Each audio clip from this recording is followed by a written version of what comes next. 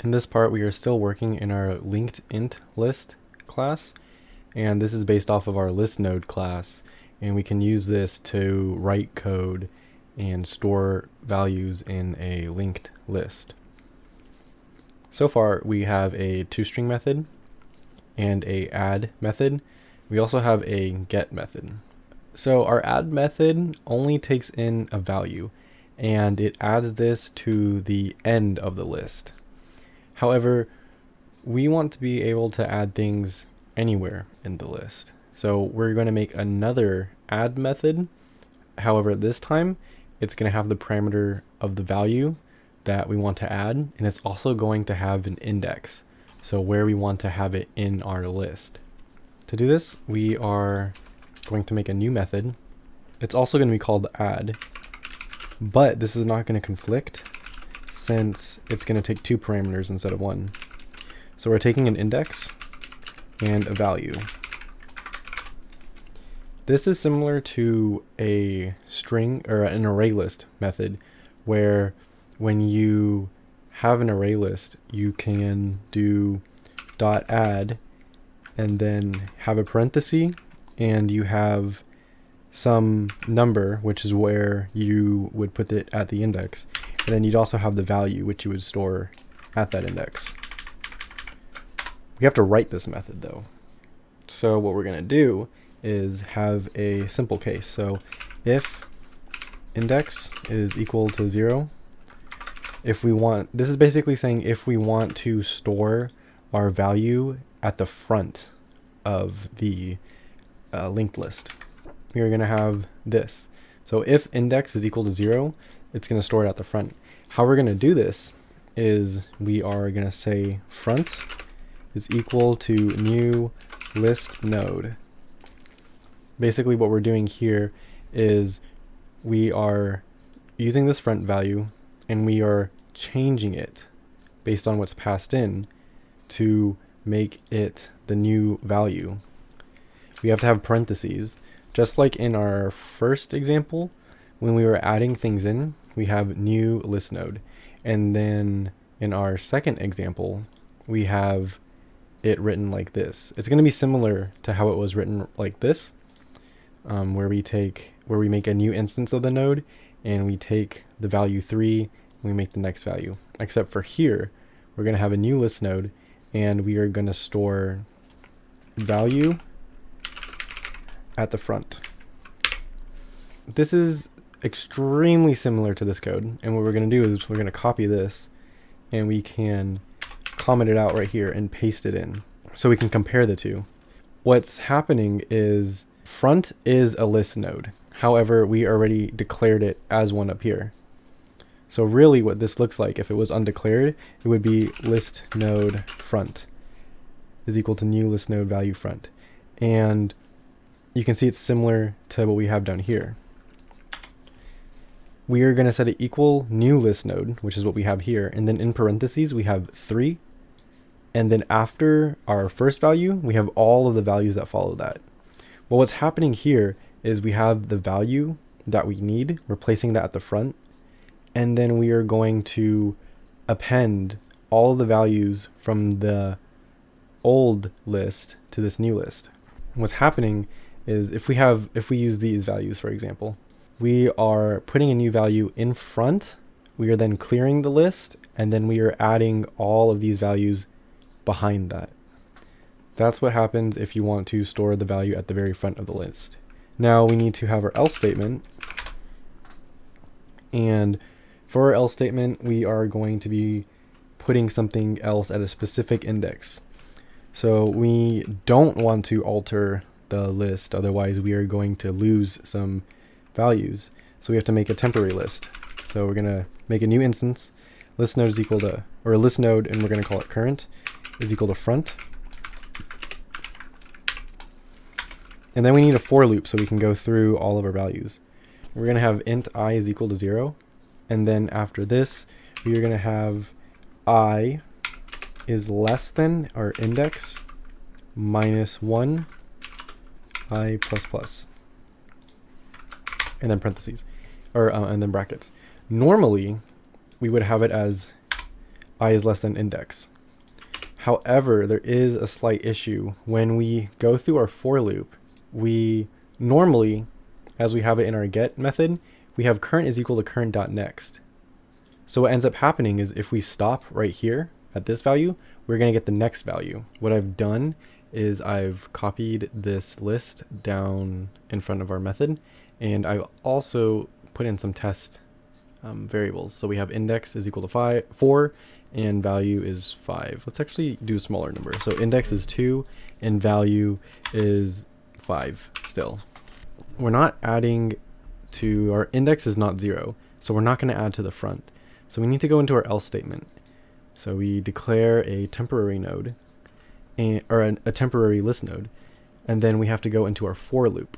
We have index -1 currently, but we can change that back to index to see why it needs to be index -1. We can have our output, we'll mock our output right here. What's going to happen is I needs to be less than index, right? Our index is 2, so I is going to go a 0th time, a first time, and then actually that's it, just a 0th and a first time because our index is 2. And our index being 2 is going to be the value 3. So this is what we are looking at. We need to replace 3 with 5 and then push 3 over, so it'll be the 4th indexed. Back in our for loop, we're going to have the same thing. Current is equal to current.next. This is the only way to go through our values. That's why we have to have current.next. There's no way to change that currently. So that is what we're stuck with. And this first part right here, line 71, this code, it's saying that current is equal to front, the front value, which is 1. And then in our for loop, on the 0th iteration, we're going to say current is equal to current.next. Current.next is 2. So at the 0th iteration, current is going to be equal to. Let's actually take out our 5 so we can see what's happening better. And then at the first iteration of the loop, it's going to point to the next node, and that's going to be 3. But remember, we need our index is 2, and our second index is 3. But if we do current.next, if we store it in current.next, it's going to store it in 4, which is why we need our index to be -1. Since it's -1, that means that I has to be only 0. It can only have one iteration because index is 2 -1. That means this is 1. So I has to be less than 1. And the only iteration will just be the 0th iteration. So that means we're stopping at 2. When we break out of this loop, current is going to equal 2. Now that it equals 2, this index, we can add our next value, which is 5. So after the loop, we're going to have current. Actually, we need to make a new list node. And it's going to be 5. And then we are going to have a current.next. This means that after our second value, which is our first index, we're going to add a 5. So after our first index is the second index, which is what we're looking at, and now our second index will be the value 5. And then what current.next does is it moves everything behind it. All of the next values are just going to be pushed behind 5. That means 3, 4, 5, and 6 are just going to be pushed behind 5. Now that we have 5 stored and we have all of these values after it, what this list node is going to look like is this. You have your brackets, and you're going to have 5, and then everything after that. So you're going to have your 3, 4, 5, and 6. There is one problem though, and that is this is not connected to our linked list. We're missing our 1 and 2 values at the front before it. To fix this, what we need to do is set current.next equal to the new list node, and that fixes our problem. So this is our add method. A quick summary of this is we are trying to add a value at a certain index. And first, we're going to have the possibility if the index is 0. That means we're going to add to the front of our list, and we're going to take our value. If we're past the value 5, we're going to take the value, and we are going to put it at the front of the node of the list node. So front is going to equal 5. That means the front of the list is going to be 5, and then we are going to add everything else behind it. Our else statement is if our index is not 0. So if we're adding to the middle of the list, to any random part of the list, and we need to make a temporary list node because we're going to be changing the order of some things, and we don't want to accidentally remove or break part of our list, because once we do, we've lost that part forever. So we need to conserve the original values, otherwise we lose them. We have our for loop. We have to make our max value index is -1 because we need to compensate for current.next. When we write regular code, we don't usually have this .next pushing it to the, or making our value look at the next value. Since it's looking at the next value, we have to compensate it with a -1. We can go over our for loop by looking at our index of 2 and value 5. We want to store 5 at index 2. So originally our code looked like this, and we would have to go through our for loop a 0th time, so 1 time. And going into our for loop, current is the front of our list, so current is equal to 1.